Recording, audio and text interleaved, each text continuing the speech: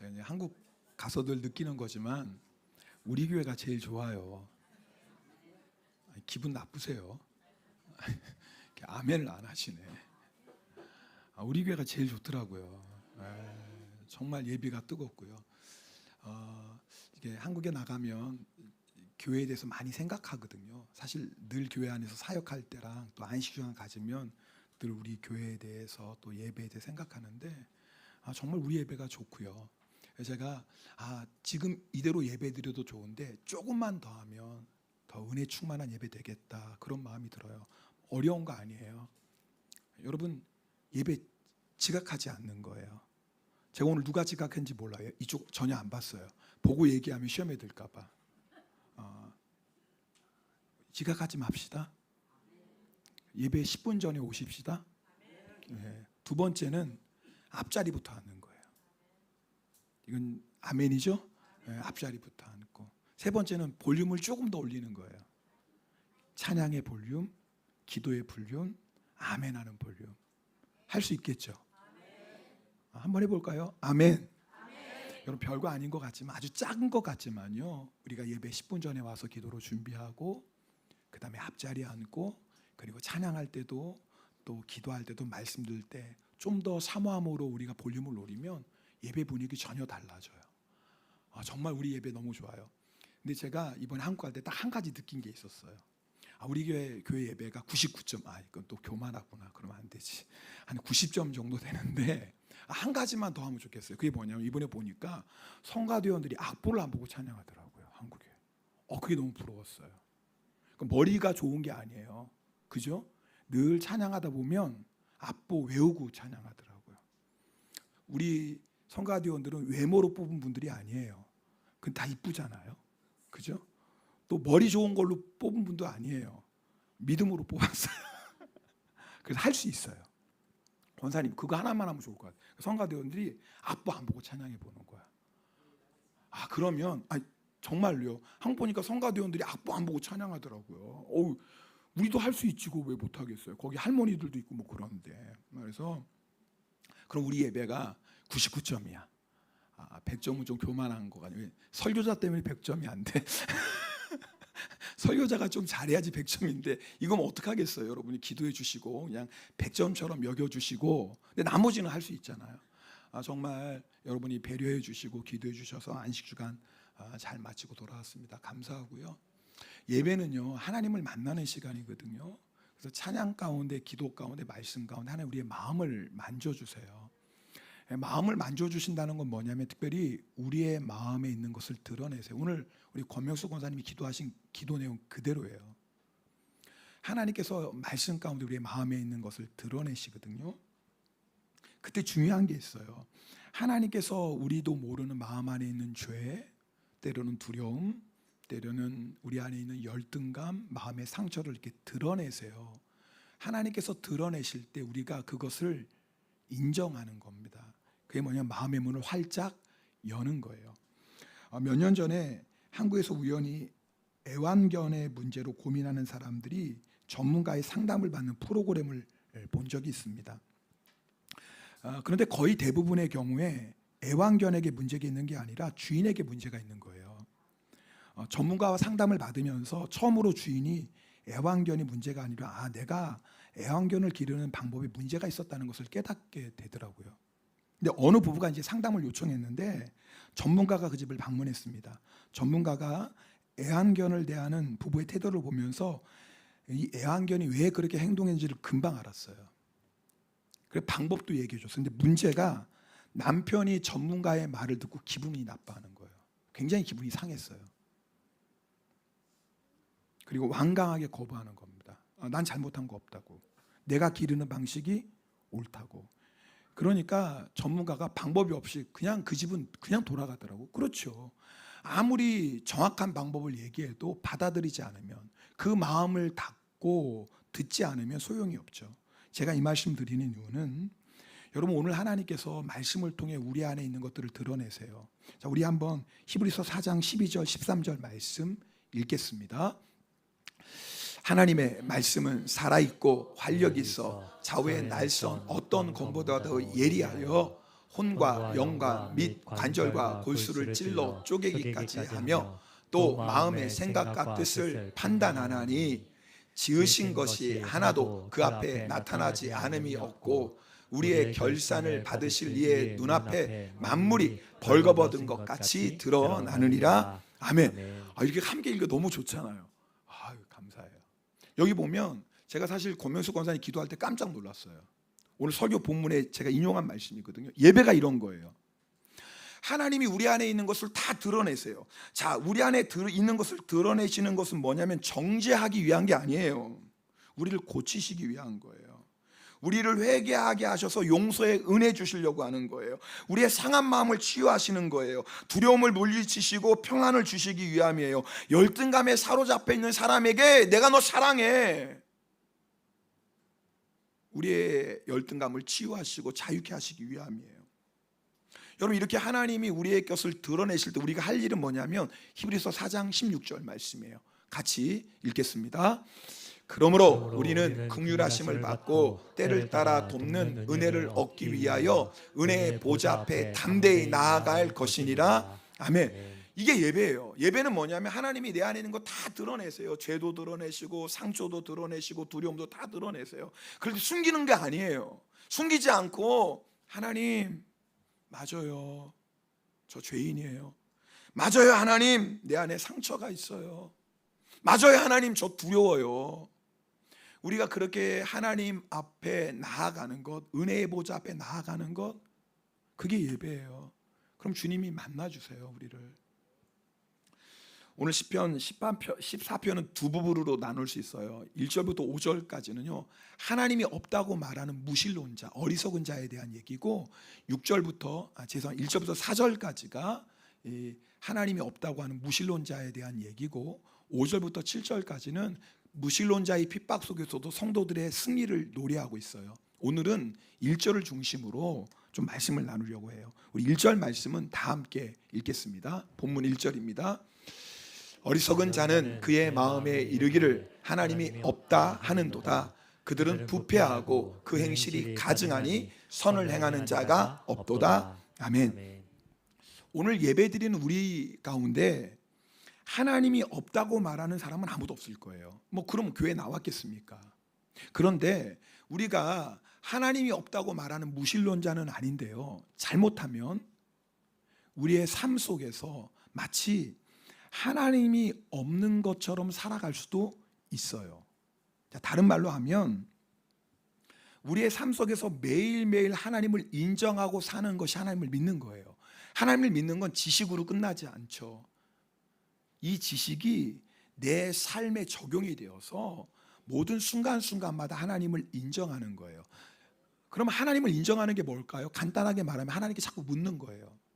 하나님이 우리의 왕이심을 믿습니까? 네, 우리는 하나님의 백성이죠. 그럼 하나님의 음성에 귀 기울여야 돼요. 하나님께 물어야 돼요. 하나님이 우리의 주인이시고 우리가 하나님의 종이라면, 하나님이 우리의 창조주이시고 우리가 피조물이라면 가장 먼저 하나님을 인정하는 것은 내 마음대로 생각하고 내 마음대로 행동하고 내 마음대로 선택하는 것이 아니라 모든 상황에서 하나님께 자꾸 묻는 거예요.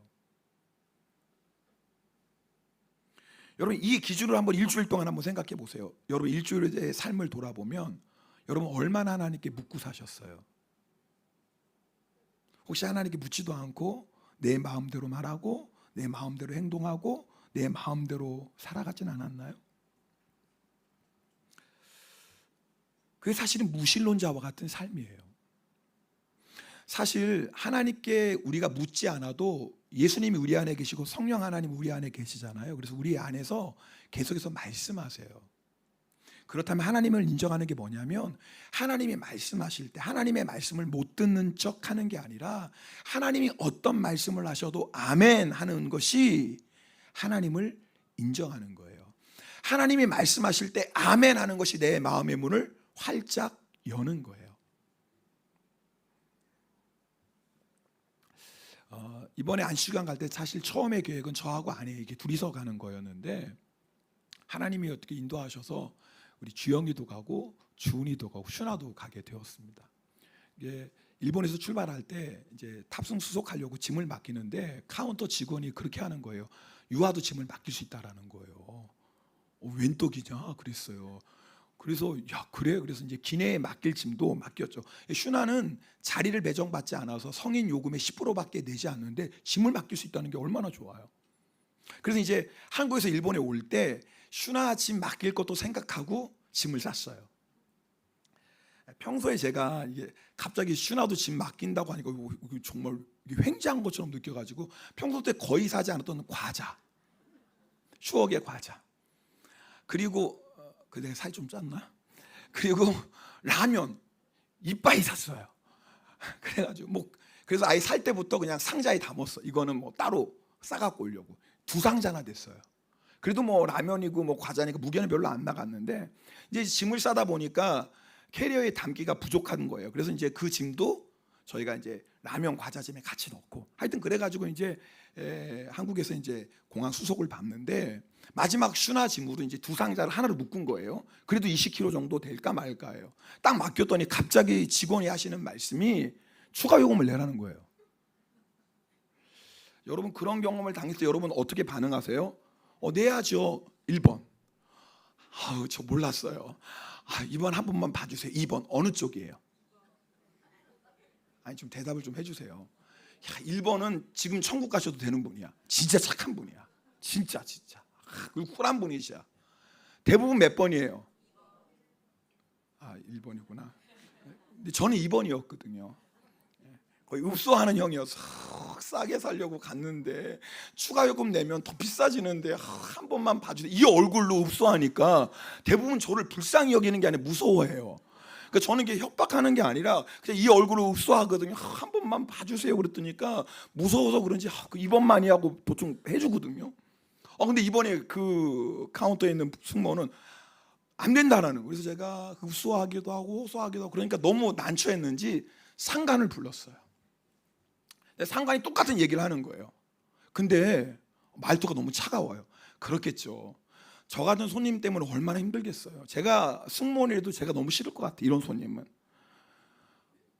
하여튼 그러니까 얼마나 스트레스를 받으시겠어요. 그러니까 너무 차갑게 말하는 거죠. 기분이 나쁘더라고요.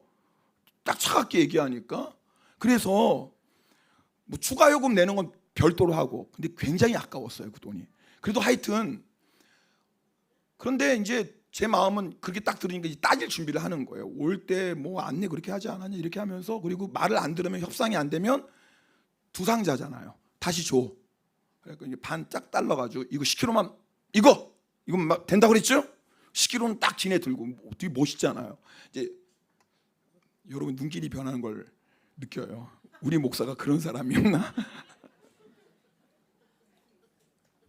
역시 생긴 대로 사는구나. 이렇게 이제 저를 보시는데 그래요. 제가 나쁜 사람이에요. 사실은 하나님 은혜로 이렇게 살고 있는데 그렇게 딱 하려고 딱 했는데 그 순간에 주님이 저에게 말씀하시는 거예요. 너 목사잖아. 여러분 이건 목사가 아니라 일반 상식 아니에요. 사실은 일반 상식인데도 목사가 이렇게 살 때가 있어요. 너 목사잖아. 주님이 왜 그렇게 저에게 말씀하셨는지를 제가 알잖아요. 그래서 그 다음에 순한 양이 됐어요. 제 평생에 한 번도 애누리 없이 추가 요금 낸 건 처음이에요. 그리고 추가 요금 다 내고 수속 밟고 직원에게 죄송합니다. 번거롭게 해드려서 죄송합니다. 쿨하게 싹. 근데 마음은 너무 아팠죠. 이야, 이 추가 요금 내는구나. 그런데 주님이 저에게 말씀하시는 거예요. 너 묻지도 않고 네 욕심대로 라면 사고 과자 샀잖아. 그게 무슨 죄겠어요? 죄는 뭐예요? 주님께 묻지 않고 내 마음대로 한 거예요. 내 욕심대로. 제 평생에 이렇게 비싼 라면과 과자는 처음이에요. 그래서 결단했어요. 라면 국물도 안 남기고 내가 먹겠다. 그래서 아내한테 여보 이 라면 먹을 때 진짜요 국물도 남기면 안 돼? 그랬더니 아내가 따로 사서 먹겠대요. 내가 이랬으면 신고사님께 살 걸. 진짜 무지하게 비싼 지금 라면 먹고 있습니다. 여러분 하나님께 묻고 있나요? 혹시 여러분 마음대로 말하고 여러분 마음대로 행동하고 여러분 마음대로 선택하고 살고 있지는 않습니까? 그러면 무신론자와 같은 삶을 사는 거예요. 그래도 예수님이 우리 안에서 말씀하시잖아요. 매일매일 삶 속에서 너 목사잖아, 너 권사잖아, 너 집사잖아, 너 예수 믿는 사람이잖아, 그러면 안 되잖아, 너 예수 믿잖아. 여러분 그런 말씀 드릴 때 여러분 어떻게 반응하세요? 여러분 이게 얼마나 큰 은혜인 줄 아세요? 만약에 제가 그때 주님의 음성을 듣지 않았다면 지금도 얼굴이 뜨거웠을 거예요. 그 장면 생각하면 일반 사람도 안 하는 짓을 목사가 했네. 그 승무원이 무슨 죄, 원칙대로 한 거 아니에요 그분은? 그런데 뭐 깎아달라 이렇다 하고 치사하고 그것도 그 업무 바쁜 분에게 스트레스 주고 아마 지금 생각해도 얼굴이 뜨거웠을 거예요. 여러분 주님의 음성이 들릴 때 그 음성에 내 입을 닫는 것, 그게 주님을 인정하는 거예요. 주님의 음성이 들릴 때 내가 가던 발걸음 멈추는 거, 그게 주님 인정하는 거예요. 주님의 음성이 들릴 때 난 이렇게 하고 싶었는데 아니지, 이러면 안 되지, 나 예수 믿는 사람이지, 그게 하나님을 인정하는 거예요. 여러분 만약 우리가 이렇게 주님을 인정하지 않으면 어떻게 되냐면요, 하나님이 없다고 말하는 무신론자의 삶의 모습이 우리에게 나타나기 시작해요. 이게 중요한 얘기예요. 하나님이 없는 것처럼 살아가는 무신론자의 두 가지 모습을 나눌 때 첫 번째는 뭐냐면 마음이 부패해져요. 성경은 사람이 마음이 계획하는 바가 어려서부터 악하다고 창세기 8장 21절에 말씀해요. 우린 태어날 때부터 마음이 부패해요. 근데 이 부패한 마음은 우리의 힘으로 해결할 수가 없어요. 우리의 힘으로 깨끗해질 수가 없어요. 부패한 마음이 깨끗해지는 유일한 방법은 마음의 문을 열고 예수 그리스도를 나의 주님으로 영접하는 것밖에 없어요. 그럼 예수 그리스도의 피가 우리의 모든 마음, 부패해진 마음을 깨끗하게 씻어 주십니다. 이거 외에는 부패해진 마음이 깨끗해질 방법이 없어요. 우리 안에 생명의 빛이 임해요. 냄새가 나던 내 마음이 그리스도의 향기를 뿜어내요. 이것이 예수님을 영접할 때 우리 마음에서 일어나는 생명의 역사예요. 근데 문제가 있어요. 예수님으로 인하여 우리의 마음이 살아났는데 나도 모르는 사이에 마음이 조금씩 부패해질 수가 있다 그 말이에요. 주님께 묻지 않고 내 마음대로 말하고 내 마음대로 행동하면 마음이 부패해지기 시작해요. 주님의 음성이 들릴 때도 외면하는 거예요. 여러분 우리가 의도하지 않았지만 여러분 그런 모습이 우리의 마음의 문을 점점 주님을 향해 닫게 해요. 괜찮아요. 우리 애기들은 떠드는 소리도 난 좋아요. 농담이 아니에요. 애기 많이 낳으세요. 좀 애기 울음소리 듣고 설교하면 좋겠어. 내 꿈이에요. 저도 노력하고 있어요. 여러분 보세요. 의도하지 않았지만 마음의 문이 닫히면 마음이 부패해지기 시작해요. 그럼 한센병자처럼 돼요. 영적인 한센병자. 무슨 말이냐면 뜨거운 걸 만져도 뜨거운 줄 몰라요. 손이 잘려나가는데 통증을 몰라요. 썩어서서 냄새가 나는데 맡지를 못해요. 지금 여러분 어떻습니까? 제가 물어볼게요. 주님의 음성 들립니까? 내 기분대로 말하고 내 생각대로 행동하려고 할 때 너 집사잖아, 너 예수 믿는 사람이잖아는 주님의 음성 들려요? 내가 걱정하고 두려움이 엄습할 때 두려워하지 마, 내가 너와 함께 하잖아, 그 음성 들리세요? 마음이 상하고 억울할 때 괜찮아, 내가 다 알고 있잖아, 들리세요? 화나고 미움이 일어날 때 너 만 달러트 탕감 받았잖아 라는 주의 음성이 들려요? 그렇다면 우리의 마음의 문이 주님께 열려 있는 거예요. 여러분 주님을 향해 우리의 마음의 문이 열려 있는 게 왜 중요한 줄 아세요? 이것 외에는 우리의 마음을 지킬 방법이 없어요. 잠언 4장 23절 말씀 우리 함께 읽겠습니다. 잠언 4장 23절 시작. 모든 지킬 만한 것 중에 더욱 내 마음을 지키라. 생명의 근원이 이에서 남이니라. 아멘. 여러분 가장 중요한 게 마음이에요. 돈도 잘 지켜야죠. 건강도 잘 지켜야죠. 다 중요해요. 그러나 정말 중요한 게 뭐냐면 마음을 빼앗기면 다 끝나요 인생. 근데 마음은 우리 힘으로 지킬 수가 없어요. 왜요? 처음부터 우리의 마음은 부패했으니까. 우리의 마음을 지키는 유일한 방법은 뭐냐면 주님을 향해 마음의 문을 활짝 열고 사는 거예요. 닫으면 어둠이 우리의 마음을 다스려요. 주님을 향해 마음의 문이 닫히면 온갖 죄악이 우리의 마음을 더럽혀요. 주님을 향해 마음의 문이 닫히면 걱정, 염려, 미움, 시기, 질투가 우리의 마음을 썩게 해요. 우리의 마음을 지키는 유일한 방법은 주님을 향해 마음의 문을 활짝 여는 거예요.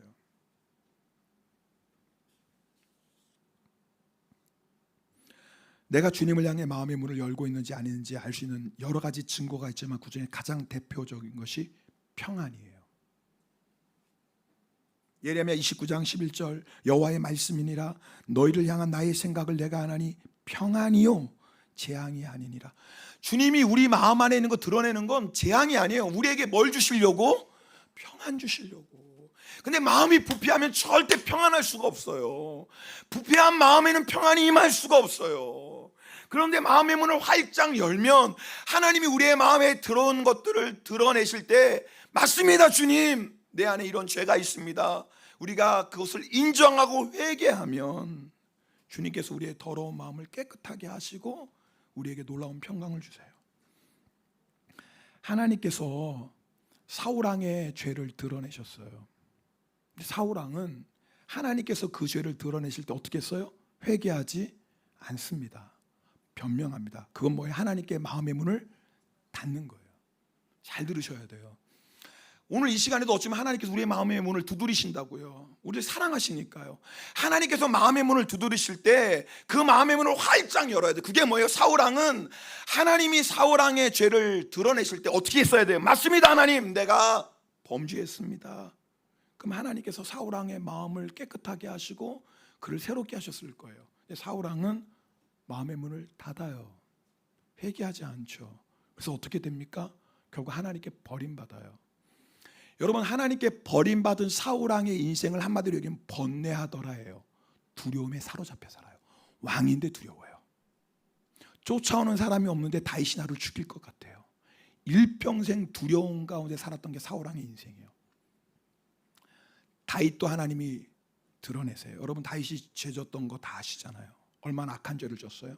하나님께서 다윗의 죄를 드러내세요. 다윗이 깨닫지 못하니까 나단 선지자를 보내서 하나님께서 그 죄를 드러내세요. 그때 다윗이 어떻게 반응합니까? 맞습니다, 내가 죄인입니다 라고 고백해요. 숨기지 않아요.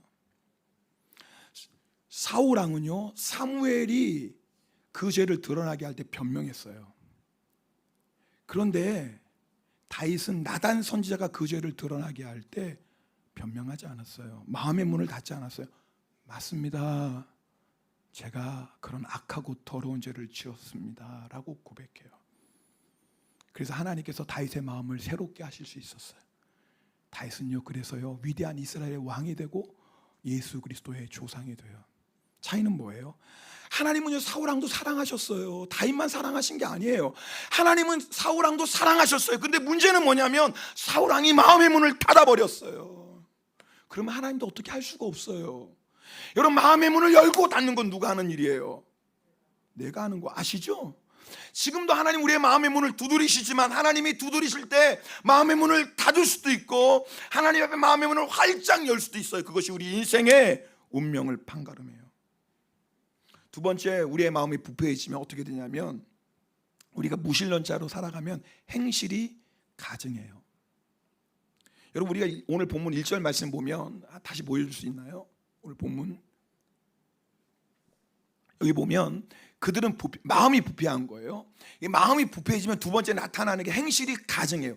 이 가증하라는 뜻은 뭐냐면 도덕적으로, 성적으로, 영적으로 더러워진 거예요.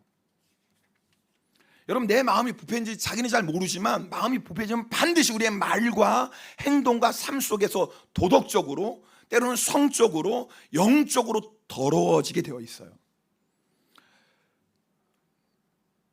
그럼 어떻게 해야 돼요? 방법은 하나예요. 마음의 문을 열고 회개하는 것밖에 없죠. 만약에 잘 들어보셔요. 내가 도덕적으로 더러워졌다, 성적으로 더러워졌다, 자기가 제일 먼저 알아요. 맞죠? 누구 것을 훔치면 누가 제일 먼저 알아요? 자기가 알아요. 그래서 우리가 도덕적으로 더러워지고 성적으로 더러워지면 다른 사람보다 자기가 제일 먼저 알아요. 근데 영적으로 더러워지는 건 자기가 잘 몰라요. 요한일서 2장 9절 10절 말씀 우리 함께 읽겠습니다. 요한일서 2장 9절 10절입니다. 같이 읽습니다. 빛 가운데 있다 하면서 그 형제를 미워하는 자는 지금까지 어둠에 있는 자요, 그의 형제를 사랑하는 자는 빛 가운데 거하여 자기 속에 꺼리낌이 없으나. 보세요, 내가 도덕적으로 성적으로 더러워진 건 내가 금방 알아. 근데 영적으로는 잘 모른다고요. 여러분 잘 들으셔야 돼요. 내가 도덕적으로 별 문제가 없고 성적으로 더럽지 않아도 영적으로 어두울 수도 있어요. 근데 영적으로 어두워지는 정확한 기준이 뭐냐면, 내가 사랑하고 있다면 그 사람은 빛 가운데 거하는 사람이에요. 그런데 내가 미움 가운데 있다면 그 사람은 뭐예요? 어둠 속에 있다고 성경은 분명히 말씀하고 있어요. 목사님, 힘들게 하니까, 아프게 하니까 미워하는 거죠. 맞죠? 뭐 이유도 없이 우리가 미워하겠습니까? 미워할 만하니까 미워하죠. 그러나 여러분 아세요? 힘들게 해도 아프게 해도 우리는 사랑할 수 있어요. 무슨 말인지 몰라요? 연자 집사님 물어볼게요. 신권사님이 연자 집사님 마음 아프게 할 때 있어요, 없어요? 아니, 크게 얘기해봐. 부부싸움 부시는 게 아니라 솔직히 있어요, 없어요? 그럼 신권사님 미워해요, 사랑해요? 대답을 사랑한다고 대답 빨리 해야지.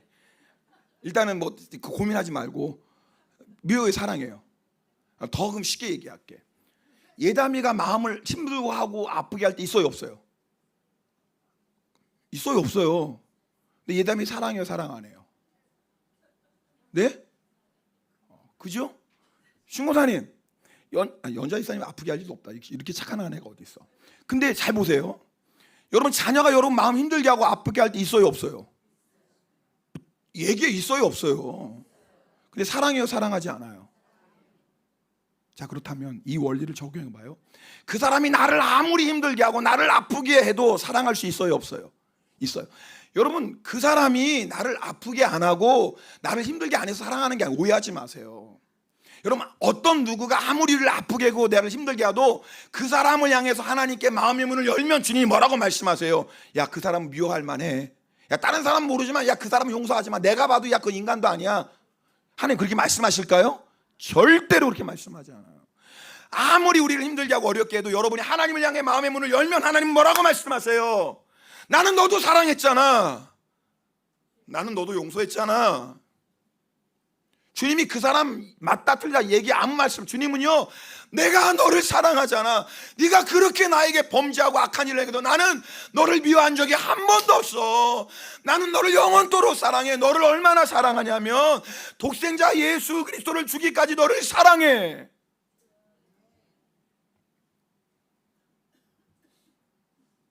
여러분 우리가 영적으로 가증할 수 있어요. 내가 도덕적으로 깨끗하고요, 성적으로 깨끗해도 영적으로 우리가 더러울 수 있어요. 누구를 미워하고 있다면 영적으로 더러운 거예요. 뭐 이건 하나님 말씀이에요. 이거 기분 나빠하지 마세요. 요한일서 2장 11절 말씀도 읽겠습니다. 요한일서 2장 11절 말씀, 2장 11절 그 다음 절도 제가 읽겠습니다. 그의 형제를 미워하는 자는 어둠에 있고 또 어둠에 행하여 갈 곳을 알지 못하나니 이는 그 어두움이 그의 눈을 멀게 하였습니다. 여러분 하나님께서 오늘 이 말씀을 주시는 이유는 우리를 살리시려고 그래요. 우리의 마음이 부패해지지 않게 하시려고 그래요. 사실 저는 이 말씀 준비하면서 좀 두렵기도 했어요. 솔직히 얘기하면 성도들 시험에 들면 어떡할까? 왜냐하면 안식주간 잘 마치고 와서 목사가 말이야 영적으로 가증합니다. 그럼 뭐 들을 사람이 없어요. 근데 너무 감사한 우리 권명선의 기도에 정확히 저를 위로해 주셨어요. 어쩌면 기도에 정확히 오늘 말씀을 그대로 오늘 기도했잖아요. 하나님 이 시간에 말씀을 통해 영과 흉과 육 간절과 것을 다 찔러 쪼개고 마음에 있는 것을 드러나게 해주세요. 제가 우리 권권사님 기도 드리면서 하나님 이 말씀 주신 게 맞구나. 우리 안 짰죠? 그죠 권사님 우리 안 짰죠? 근데 제가 우리 권사님 기도드리면서 이 말씀 하나님 주신 말씀이 맞구나. 마지막으로 지난 8월 17일 주일예배 때 10시 예배 때 김두한 형제님이 세례식 받았어요. 그때 형제님의 간증을 다시 한번 여러분에게 나누려고 그래요. 못 들으신 분도 계실 거고 들으신 분 한 번 더 들으시고, 여러분 간증 제가 글씨 하나 안 바꾸고 그대로 다시 읽어드릴게요. 들어보세요. 저는 매사에 불평이 많고 항상 자기 중심적인 삶을 살았습니다. 이거 제 얘기가 아니라 이제 김두한 형제의 세례 간증이에요.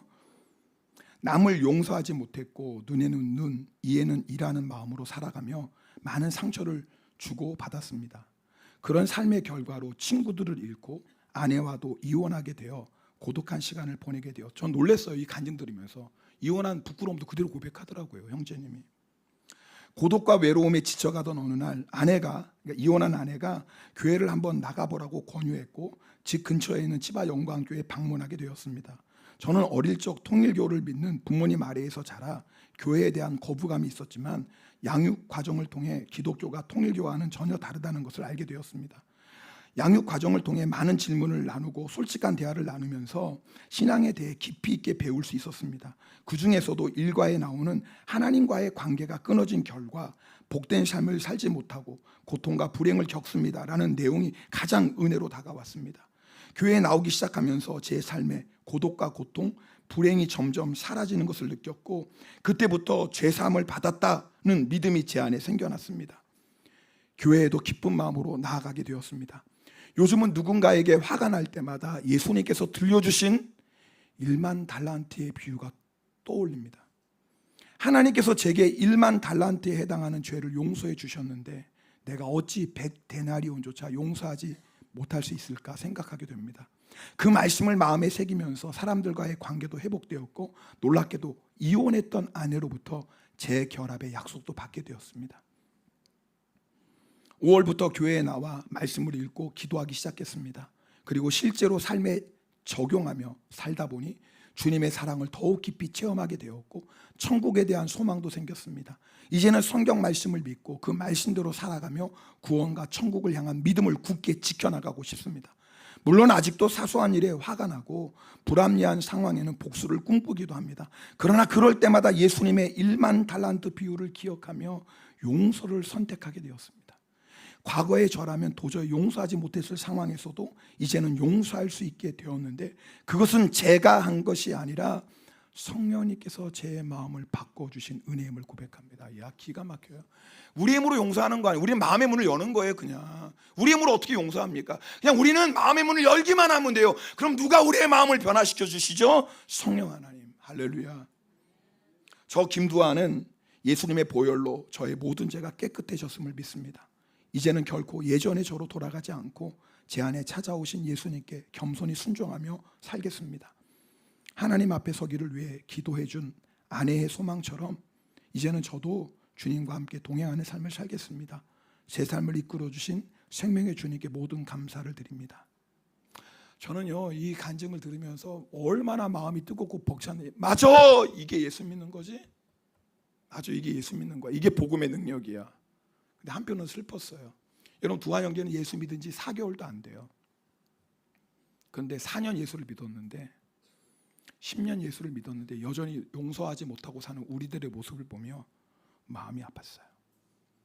우리도 처음에 예수님 만났을 때는 다 용서했어요. 근데 왜 지금은 안 되는 줄 아세요? 우리도 모르게 마음이 부패해지고 있어요. 여러분, 용서 못하는 게 아니라 용서하기 싫은 거예요. 정확하게 용서하기 싫은 거예요.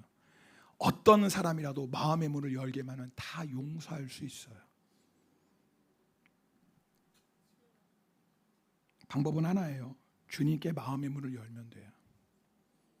여러분, 우리가 도덕적으로 어떤 죄를 졌던, 성적으로 어떤 죄를 졌던, 또 영적으로 어떤 죄를 졌던 마음의 문을 열기만 하면 주님 우리를 용서해 주세요.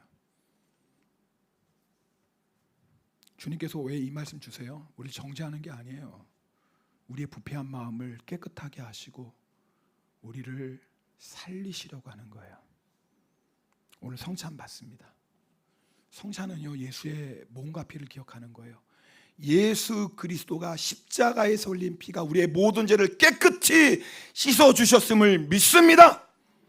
이 믿음으로 마음의 문을 열고 성찬을 받으면, 회개하고 성찬 받으면 주님이 도덕적인 죄, 성적인 죄, 영적인 죄를 깨끗하게 씻어주십니다.